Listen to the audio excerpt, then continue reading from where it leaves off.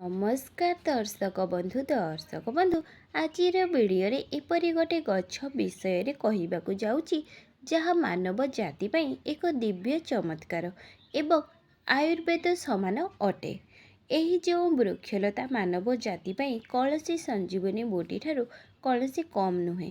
तेबे आज मु आपण माननकु कहवाक जाऊँगी जहाँ कौनसी संजीवनी बूटी ठारू कम नुहे। तेबे आज मु जेउ गछ विषय कहबी ସେହି ଗଛଟି କୌଣସି ଚମତ୍କାରୀ ଗଛ ଠାରୁ କିଛି କମ୍ ନୁହେଁ।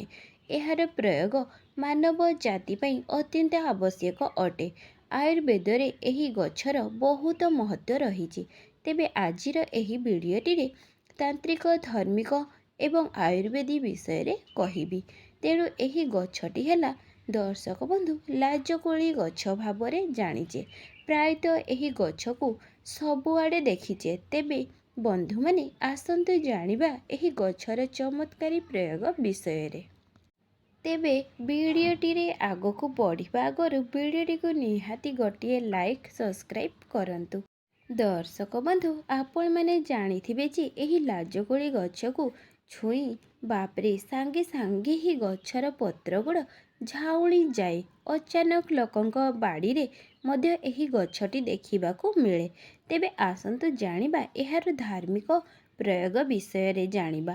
ଏହି ଗଛଟି ଯେଉଁ ଘରେ ରହିଥାଏ ସେହି ଘର ଉପରେ କୌଣସି ତନ୍ତ୍ରମନ୍ତ୍ରର କୌଣସି ପ୍ରଭାବ ପଡ଼ିନଥାଏ। ତେବେ ଆପଣ ଯଦି ଏହି ଗଛଟି ଆପଣଙ୍କ ଘରେ ଲଗାଇଥାନ୍ତି ନିଜ ବାଡ଼ି ବଗିଚାରେ ତ ଆପଣଙ୍କ ଘର ଉପରେ କୌଣସି ତନ୍ତ୍ରମନ୍ତ୍ରର ପ୍ରଭାବ ପଡ଼ିନଥାଏ। ଏହି ଗଛଟି ତନ୍ତ୍ରମନ୍ତ୍ର ଶକ୍ତିକୁ ନିଜ ଆଡ଼କୁ ଟାଣି ନେଇଥାଏ। ବନ୍ଧୁଗଣ ଏମିତି କିଛି ଲୋକ ଅଛନ୍ତି ଯେଉଁମାନଙ୍କ ଖରାପ ପ୍ରଭାବ ଘର ଉପରେ ପଡ଼ିଥାଏ। ତେବେ କୌଣସି ବି ଖରାପ ନଜର ଦୃଷ୍ଟିରୁ ନିଜ ଘରକୁ ବଞ୍ଚାଇବା ପାଇଁ ଏହି ଗଛକୁ ନିହାତି ଘରେ ଲଗାନ୍ତୁ। ଏହି ଗଛଟି ସମସ୍ତ ଖରାପ ପ୍ରଭାବ ଏବଂ ଖରାପ ଦୃଷ୍ଟି ନଜରକୁ ନିଜ ଆଡ଼କୁ ଟାଣି ନେଇଥାଏ। ଯାହା ଫଳରେ କୌଣସି ବି ଖରାପ ପ୍ରଭାବ ଆମ ଘର ଆଡ଼କୁ ପଡ଼ିନଥାଏ। ଏହାର ଦ୍ୱିତୀୟ ପ୍ରଭାବଟି ହେଲା ଏହା ଆମ ଘରର ସମସ୍ତ ବାସ୍ତୁଦୋଷ ଗୁଡ଼ିକ ନଷ୍ଟ କରିଦେଇଥାଏ। ଏହି ଗଛଟି ଆମ ଘରେ ରହିବା ଦ୍ୱାରା କୌଣସି ଦୋଷ ମଧ୍ୟ ଦୂର ହୋଇଥାଏ। ଏହାର ଚେରକୁ ମଧ୍ୟ ଆପଣ ତାବିଜରେ ଯଦି ଚେରକୁ ପିନ୍ଧିବେ ତ ଆପଣଙ୍କ ଯଦି କୌଣସି କାଶ ହେଉଛି ତ କାଶ ଥଣ୍ଡା ସମସ୍ୟା ଥିଲେ ଏହାର ଚେରକୁ ଗୋଟିଏ ନାଲି କପଡ଼ାରେ ବାନ୍ଧିକି ଧାରଣ କରନ୍ତୁ। ବହୁତ ହିଁ ଲାଭ ହୋଇଥାଏ। ତତ୍କାଳୀନ ହିଁ ଆପଣଙ୍କୁ କାଶ ସମସ୍ୟାରୁ ମୁକ୍ତି ମିଳିବ। ଏହାପରେ ଏହାକୁ ରବିବାର ହିଁ ଧାରଣ କରନ୍ତୁ ଏବଂ ଏହାକୁ ନିଜର ଆତ୍ମରକ୍ଷା ପାଇଁ ବ୍ୟବହାର କରାଯାଏ। ଯଦି ଆପଣଙ୍କ ଉପରେ କୌଣସି କଳା ଶକ୍ତିର ପ୍ରଭାବ ରହିଯାଇଥାଏ ତେବେ ଏହିସବୁ ପ୍ରଭାବରୁ ବଞ୍ଚିବା ପାଇଁ ଆପଣ ନିଜର ଶରୀରକୁ ନାଲି ଏବଂ ହଳଦିଆ ରଙ୍ଗର ସୂତାକୁ ନିଜ ଶରୀରରେ 7 ଥର ବୁଲାଇ ଦିଅନ୍ତୁ ଏବଂ ସେହି ସୂତାକୁ ଆପଣ ଆଜି ସେହି ଲାଜକୁଳି ଗଛରେ ବାନ୍ଧି ଦିଅନ୍ତୁ। ସେହିପରି କରିବା ଦ୍ୱାରା ଆପଣଙ୍କ ଉପରେ ଯେଉଁ ସବୁ ଖରାପ ନଜର ଥିବ ଶକ୍ତି ରହିଥାଏ ତାହା କଟିଯାଇଥାଏ। ଦର୍ଶକ ବନ୍ଧୁ ଗଛ ଲତାରେ ବହୁତ ଏଲାର୍ଜିକ୍ ଶକ୍ତି ରହିଥାଏ। ପ୍ରାଚୀନ କାଳରୁ ହିଁ ଆମେମାନେ ଗଛକୁ ଦେବତା ସଦୃଶ ପୂଜା କରିଥାଉ। ଏହି ଗଛଲତା ଦୃଷ୍ଟିରୁ ଆମ ଜୀବଜଗତ ତିଷ୍ଠି ହୋଇପାରିଛି। ବିନା ଗଛଲତାରେ ଆମେ ମଧ୍ୟ ବଞ୍ଚିପାରିବା ନାହିଁ। ଏହା ଅସମ୍ଭବ ଅଟେ।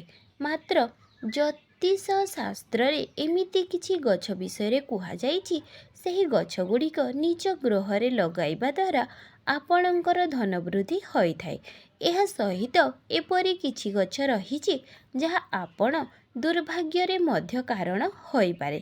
ସେହିପରି ଗୋଟିଏ ଗଛ ହେଉଛି ମଲି ପ୍ଲାଣ୍ଟ ଗଛ, ଯାହାକୁ ଆମେ ବହୁତ ଶୁଭ ବୋଲି ମାନିଥାଉ।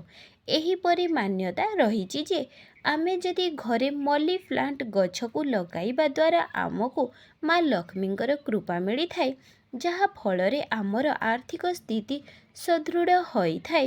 ତେବେ ଆପଣ ମଲି ପ୍ଲାଣ୍ଟ ଗଛ ଭଳି ଯଦି ଲାଜକୁଳି ଗଛକୁ ଆଣିକି ଘରେ ଲଗାଇବେ ସେହି ଦିନରୁ ହିଁ ଆପଣଙ୍କର ଆଧ୍ୟାତ୍ମିକ ଉନ୍ନତି ହେବା ଧୀରେ ଧୀରେ ଆପଣ ଏବଂ ଆପଣଙ୍କର ପରିବାରର ଉନ୍ନତି ହେବାକୁ ଲାଗିବ।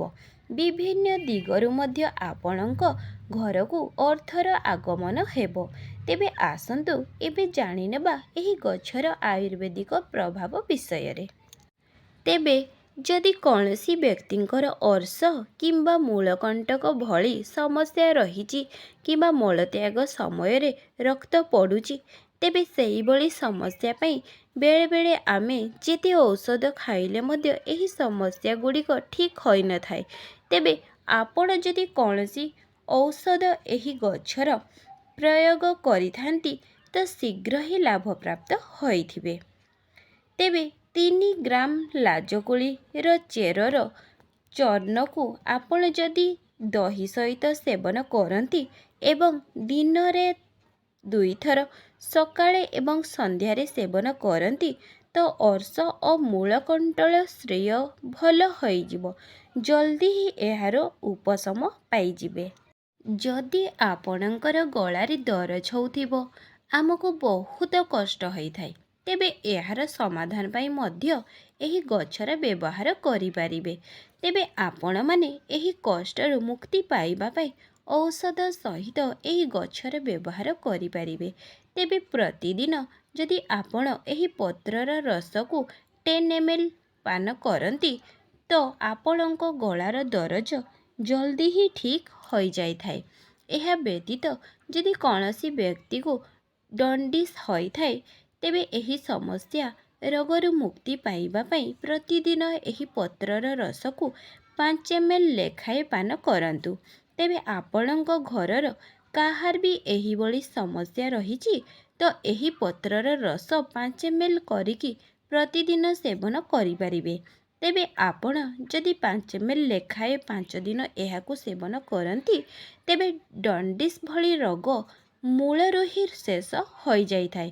ଆପଣମାନେ ଜାଣନ୍ତୁ, ଯଦି କୌଣସି ବ୍ୟକ୍ତିକୁ କଙ୍କଡ଼ା ବିଛା କାମୁଡ଼ି ଦେଇଥାଏ ତ ଏହା ବହୁତ ଯନ୍ତ୍ରଣା ଦେଇଥାଏ।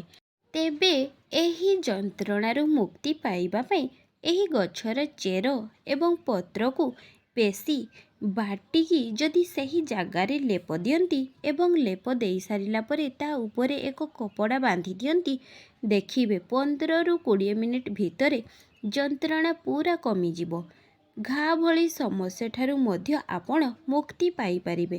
ବେଳେବେଳେ ଡାଇବେଟିସ୍ ରୋଗୀମାନଙ୍କର ଘା ଭଳି ସମସ୍ୟା ଦେଖିବାକୁ ମିଳିଥାଏ ଏବଂ ସେହି ଘା ଶୁଖିବାକୁ ବହୁତ ଟାଇମ୍ ଲାଗିଥାଏ। ବେଳେବେଳେ ସେହି ଘା ଶୁଖି ମଧ୍ୟ ନଥାଏ। ତେବେ ଏହିସବୁ ସମସ୍ୟାରୁ ମୁକ୍ତି ପାଇବା ପାଇଁ ଏହି ଲାଜକୁଳି ଗଛର ମଞ୍ଜିକୁ ପେଷି ସେହି ଘରେ ଚୂର୍ଣ୍ଣକୁ ଲଗାଇ ଦିଅନ୍ତୁ। ଦେଖିବେ ଏହିଭଳି କରିବା ଦ୍ୱାରା ଘାଟି ଜଲ୍ଦି ହିଁ ଶୁଖିଯିବ। ବନ୍ଧୁମାନେ, ଡାଇବେଟିସ୍ର ଏକ ଗଭୀର ସମସ୍ୟା ହୋଇଥାଏ ଏବଂ ଆଜିର ଯୁଗରେ ଏହି ଡାଇବେଟିସ୍ ରୋଗଟି ପ୍ରାୟ ସମସ୍ତଙ୍କ ଘରେ ଘରେ ଦେଖିବାକୁ ମିଳୁଛି। ତେବେ ଡାଇବେଟିସ୍ ରୋଗ ଦୂର କରିବା ପାଇଁ ଏହି ଗଛଟି ରାମବଣ ସଦୃଷ୍ଟ ହୋଇଥାଏ। ତେବେ ଏପରି ମନାଯାଇଥାଏ ଯେ ନିମ୍ବ ମଞ୍ଜିର ଚୂର୍ଣ୍ଣ, ବେଲ ଗଛର ପତ୍ର ଏବଂ ଲାଜକୁଳି ଗଛର ପତ୍ର ଏବଂ ଚେର ଏହାର ଚୂର୍ଣ୍ଣ ଏହି 4ଟି ଜିନିଷର ଚୂର୍ଣ୍ଣକୁ ମିଶାଇ ଏକ ଚୂର୍ଣ୍ଣ ପାଉଡର ପ୍ରସ୍ତୁତ କରନ୍ତୁ। ତେବେ ଏହି ପାଉଡରକୁ ସକାଳେ ଖାଲି ପେଟରେ 1 ଚାମଚ ସେହି ଚୂର୍ଣ୍ଣକୁ ପାଣିରେ ମିଶାଇ ପିଇ ଦିଅନ୍ତୁ। ଏହାର ସେବନ କରିବା ଦ୍ୱାରା ଡାଇବେଟିସ୍ ଭଳି ସମସ୍ୟା କଣ୍ଟ୍ରୋଲ ହୋଇଯିବ। ତେବେ ଆସନ୍ତୁ ଏହାର ତାନ୍ତ୍ରିକ ପ୍ରୟୋଗ ବିଷୟରେ ଜାଣିନେବା। ବନ୍ଧୁମାନେ, ଏପରି ମନାଯାଏ ଯେ ଏହାର ଚେରକୁ ଧାରଣ କରିବା ଦ୍ୱାରା ସମ୍ମୋହନ ଶକ୍ତିର ବିକାଶ ହୋଇଥାଏ। ଲୋକମାନେ ଆପଣଙ୍କ ଆଡ଼କୁ ଆକର୍ଷିତ ହୋଇଥାନ୍ତି।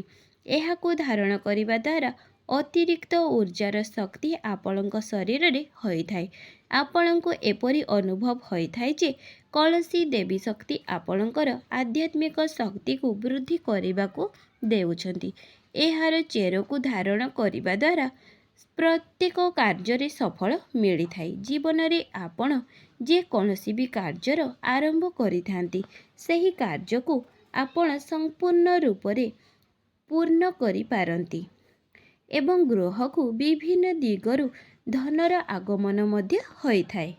तेबे दर्शक बंधु आशा करुच्ची आज भिडटी मोर निश्चय भल लगे। भिडटी भल लगी भिडटी को गोटे लाइक सब्सक्राइब निहाती करंतु। जय जगन्नाथ।